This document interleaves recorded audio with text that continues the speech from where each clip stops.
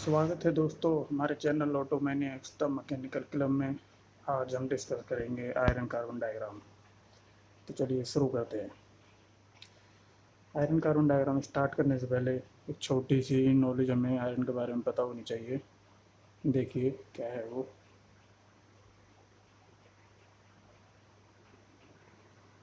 Fifteen 38 degree centigrade ये वो temperature है जिससे ऊपर हमें आयरन लिक्विड फॉर्म में ही मिलेगा, मीन्स वो मोल्टन स्टेट में ही होगा। अब जब हम इसको कूल डाउन करेंगे तो हमें आयरन की डिफरेंट फॉर्म्स मिलेंगी। तो वो फॉर्म्स क्या हैं देखिए।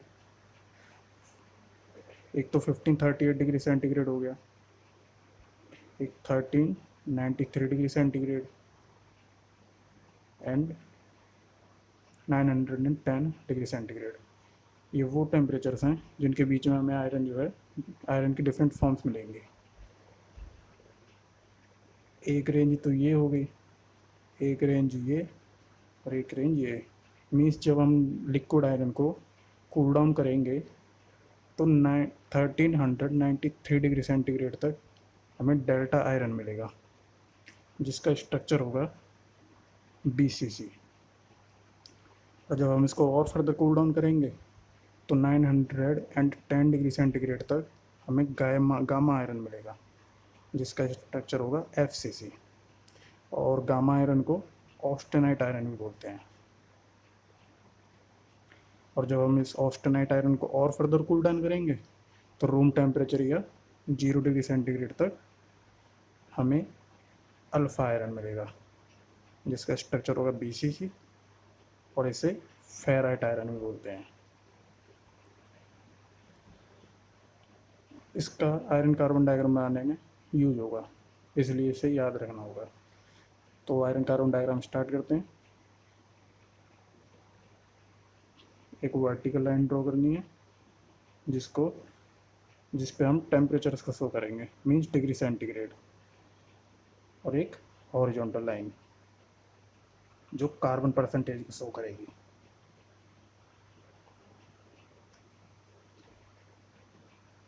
देखिए ये तो हो गया 0। और जो वर्टिकल लाइन है इस पे कुछ टेम्परेचर्स को मार्क कर लेते हैं, जैसे 723 degree centigrade, 910 degree centigrade, 1150 degree centigrade, 1393 degree centigrade, 1490 and 1538 degree centigrade. इन्हीं टेम्परेचर्स का यूज होगा आयरन कार्बन डायग्राम बनाने में। और कुछ कार्बन परसेंटेजेस जैसे 0.02 डिग्री, 0.02%, 0.8, 2.08, 4.3 एंड 6.67। 6.6% ये वो परसेंट है जो आयरन में मैक्सिमम से मैक्सिमम यूज की जा सकती है। और जो हमें यहाँ पे मटेरियल मिलेगा उसे सीमेंटाइट कहते हैं। तो यहाँ पे भी एक वर्टिकल लाइन ड्रॉ कर लेंगे। तो अब स्टार्ट करते हैं। तो ये जो 0.02 है कार्बन परसेंटेज एंड 723, ये दोनों इस पॉइंट पे कहीं ना कहीं मीट करेंगे। और देखिए 910 को जो टेम्परेचर है इसको हम इस पॉइंट से जॉइन करेंगे और फिर इसको 0 से, और इस पॉइंट से एक हॉरिजॉन्टल लाइन ड्रॉ कर देंगे। अब पॉइंट एट वाला इस हॉरिजॉन्टल लाइन को यहाँ पे कहीं ना कहीं कट करेगा। अब 910 वाले को इस पॉइंट से ज्वाइन कर देंगे। अब 2.08 को और 150 1150 जो टेम्परेचर है ये कहीं ना कहीं इस पॉइंट पे, और ये वाला पॉइंट इस वाले पॉइंट से, और यहाँ से हॉरिजॉन्टल लाइन। अब देखिए जो 1490 डिग्री सेंटीग्रेड वाला जो टेम्परेचर है यहाँ पे एक हॉरिजॉन्टल लाइन आएगी छोटी सी, और इसमें हमें 3 पॉइंट्स को मार्क करना है। एक तो हो गया लेफ्ट में, एक राइट में और एक मिडल में आएगा। मीन्स जो ये 3 पॉइंट हैं ये कार्बन की परसेंटेज इसको मेंशन करते हैं, जैसे 0.09 ये लेफ़्ट वाला, 0.17 ये जो मिडल में है, एंड 0.53 ये तीनों पॉइंट्स ये कार्बन की परसेंटेज को डिनोट करते हैं। अब देखिए 1538 डिग्री सेंटीग्रेड, और ये जो लेफ्ट वाला पॉइंट है इसको ज्वाइन कर दिए, और फिर इसको 1393 से, अब ये 1393 है इसको मिडल वाले पॉइंट से ज्वाइन कर देंगे, और फिर इस पॉइंट को यहाँ से, और ये 1538 वाला टेम्परेचर है इसको राइट वाले पॉइंट से ज्वाइन कर देंगे। अब ये 4.3% जो कार्बन है वो इस वाली हॉरिजॉन्टल लाइन पे यहाँ पे कहीं ना कहीं होगा। अब ये जो राइट वाला पॉइंट है इसको इससे ज्वाइन कर देंगे, और फिर इसको यहाँ पे कहीं ना कहीं, ठीक है। तो ये जो राइट वाली जो वर्टिकल लाइन है ये सीमेंटाइट को डिनोट करती है, सीमेंटाइट Fe3C। अब देखिए जो ये लाइन है इससे ऊपर हमें लिक्विड आयरन जो है लिक्विड फॉर्म में ही मिलेगा। मीन्स ये कौन सी लाइन हो गई,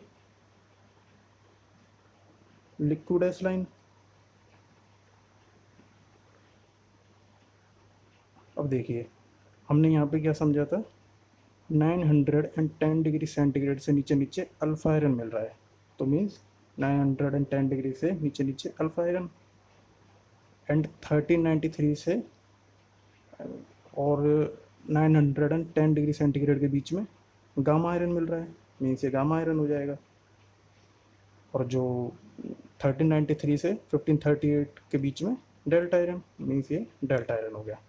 अब देखिए यहाँ पे लिक्विड और ये डेल्टा आयरन, अब ये जो रीजन है इन दोनों के बीच में कॉमन हो गया, तो मीन्स यहाँ पे डेल्टा प्लस लिक्विड मिलेगा। ऐसे यहाँ पे ये गामा और ये लिक्विड, तो ये गामा प्लस में लिक्विड, ये डेल्टा ये गामा, तो ये डेल्टा प्लस में गामा, और ये लिक्विड और इधर सीमेंटाइट है, तो ये लिक्विड प्लस में सीमेंटाइट। ऐसे ये गामा प्लस में सीमेंटाइट, क्योंकि इधर गामा और इधर सीमेंटाइट। और ये ऐसे ही ये इस वाले रीजन में इधर अल्फ़ा और इधर गामा, तो मीन्स अल्फ़ा प्लस गामा, और ये अल्फ़ा इधर की साइड और ये सीमेंटाइट का लाइन तो है ही है, तो ये अल्फ़ा प्लस सीमेंटाइट हो जाएगा। अब देखिए जो ये 3 हॉरिजॉन्टल लाइंस जो हमने ड्रॉ की हैं, इन तीनों पे एक एक रिएक्शन होती है। एक तो इस पॉइंट पे होगी, एक इस पॉइंट पे, और एक इस पॉइंट पे। जो ये वाली रिएक्शन होगी इसको बोलेंगे यूटेक्टॉइड, यूटेक्टॉइड रिएक्शन, और जो ये होगी इसको बोलेंगे यूटैक्टिक रिएक्शन, और इसको बोलेंगे पेरिटैक्टिक रिएक्शन। अब इन रिएक्शंस में क्या होता है आइए एक बार समझते हैं। पहले यूटैक्टिक रिएक्शन को देखते हैं।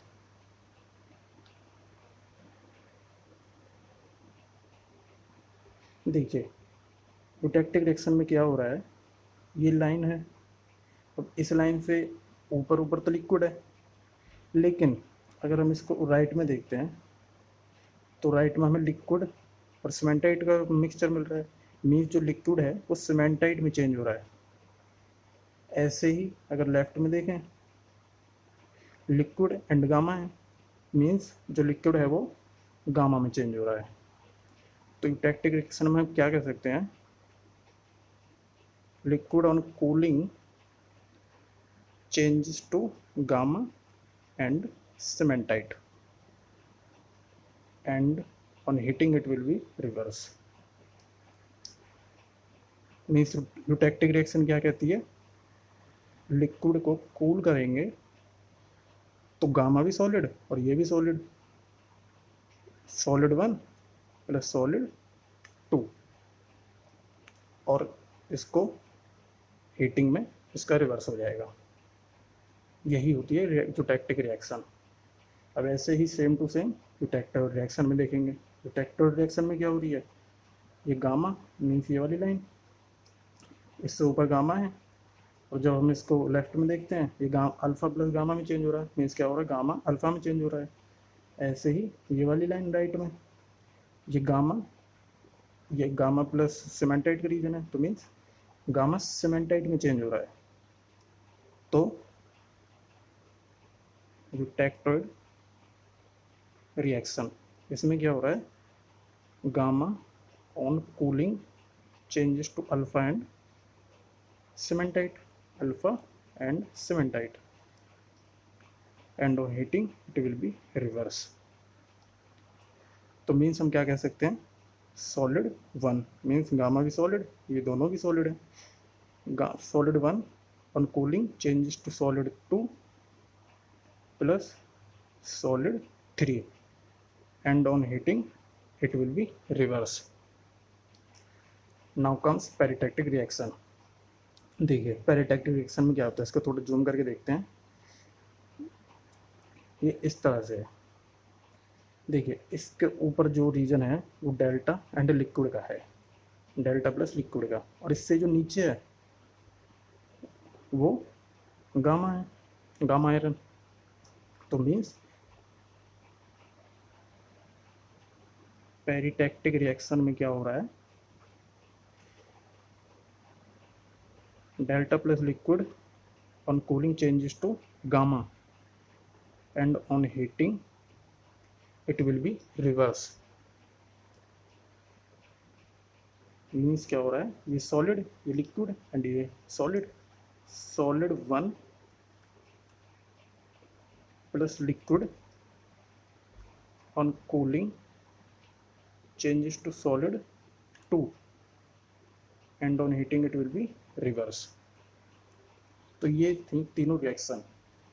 अब देखिए इसके बारे में एक छोटी सी इंफॉर्मेशन और है, जो ये रिएक्शंस हैं पहले इसको देखते हैं।